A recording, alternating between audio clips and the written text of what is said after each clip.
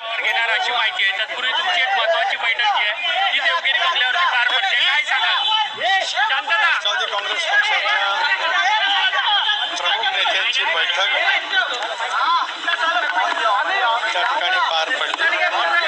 2 वाजता विधिमंडळ राष्ट्रवादी काँग्रेस पक्षाची बैठक होईल. त्यामध्ये जी औपचारिकता आहे ती त्या ठिकाणी पार पाडली जाईल. आमदार जनतेची भावना या लक्षामध्ये घेता सुनेत्राबाई पवार यांची निवड त्या ठिकाणी अपेक्षित आहे. ते झाल्याच्या नंतर विधिमंडळ राष्ट्रवादी काँग्रेस पक्षाचं एक जे अधिकृत पत्र आहे प्रदेशाध्यक्ष म्हणून ते देण्यासाठी आम्ही सर्व वरिष्ठ सहकारी माननीय मुख्यमंत्री महोदयांची भेट घेऊ आणि मग त्यानंतर बाकीचं मुख्यमंत्री महोदय त्या संदर्भातला निर्णय त्या ठिकाणी घेतील. एक भाग राष्ट्रवादी काँग्रेस पक्षाच्या वतीने आमचे नेते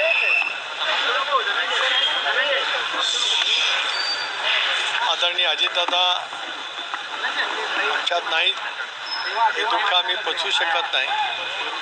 त्यांचा अस्थिकलश संबंध महाराष्ट्रातल्या प्रत्येक तालुक्यात खेड्यापाड्यामध्ये हा सुद्धा आम्ही नजीकच्या कालावधीमध्ये देणार आहोत. महाराष्ट्र आपला मानून महाराष्ट्राला गतिमान विकासानं भूक करण्याचं त्यांचं नेतृत्व हे विलक्षण पद्धतीचं राहिलं. झपाटल्यासारखं काम करत संबंध महाराष्ट्राला दादाने जी सेवा दिली त्यामुळे तो अस्थिकलश महाराष्ट्राच्या संबंध तालुक्यामध्ये पक्षाच्या माध्यमातून त्या ठिकाणी दिला जाणार आहे.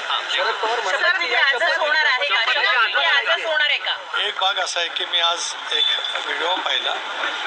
त्या व्हिडिओमध्ये जी बैठक दाखवलेली आहे त्यानंतर आपल्याला सर्वांनाच भीतीत असेल की ज्यावेळेला कृषी प्रदर्शन बारामती येथे त्या ठिकाणी झालं त्याच वेळेला ती चहापानासाठी बैठक झाली आणि त्यानंतर दस्तूरखुद्द आदरणीय अजितदादाने एक पत्रकार परिषद घेतली होती आणि त्या पत्रकार परिषदेमध्ये स्थानिक स्वराज्य संस्थांच्या निवडणुका ज्या आता होत आहेत त्या संदर्भामध्ये चर्चा झाली अशी स्पष्टपणाचा खुलासा किंवा माहिती पत्रकारांशी संवाद करत असतानाच आदरणीय अजितदादांनी त्या ठिकाणी केलेली होती. आपल्याला सर्वांनाच ते विदित त्या ठिकाणी आहे. सर स्वतः शरद पवारांनी सांगितलं होतं की दोन्ही राष्ट्रवादी स्वतः शरद पवारांनी सांगितलं होतं की दोन्ही राष्ट्रवादीचं विलिनीकरण जे आहे ते होणार होतं. जयंत पाटील 12 तारखेला घोषणा पण होणार होती. एक भाग असा आहे की त्या दिवशीची चर्चा झाली त्याच्याबद्दलची स्वतः माहिती आदरणीय अजितदादांनी त्या ठिकाणी पत्रकार परिषद घेऊन बारामतीमध्ये त्या ठिकाणी दिलेली आहे. एक आज हे सगळं झाल्याच्या नंतर सविस्तरपणाने आम्ही या बाबतीमध्ये आपल्याशी बोलू. ज्या पद्धतीने सगळ्या घडामोडी करतात त्यामध्ये तुम्ही प्रामुख्याने सुनील तटकरे आणि प्रफुल्ल पटेल यांच्यावरती देखील टीका होताना पाहायला मिळते.